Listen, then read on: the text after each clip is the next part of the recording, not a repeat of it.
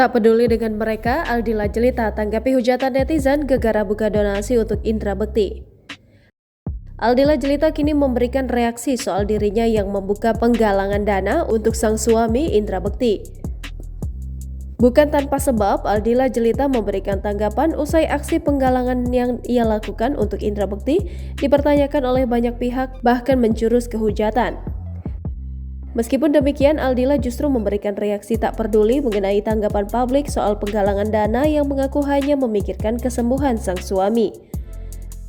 Dilansir dari akun Instagramnya, Aldila mengunggah reaksi terkait penggalangan dana untuk sang suami, Indra Bekti, pada Senin 2 Januari 2023. Dalam kesempatan itu, Aldila Jelita menuliskan bahwa dirinya tak memikirkan tanggapan orang lain terkait penggalangan dana yang ia lakukan untuk sang suami.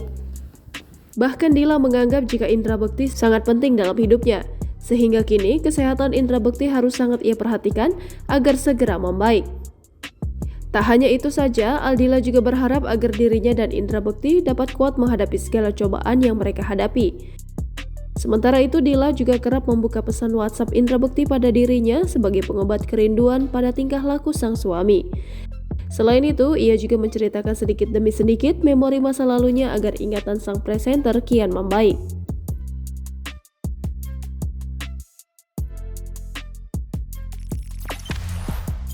Jangan lupa subscribe, share, komen, dan like ya!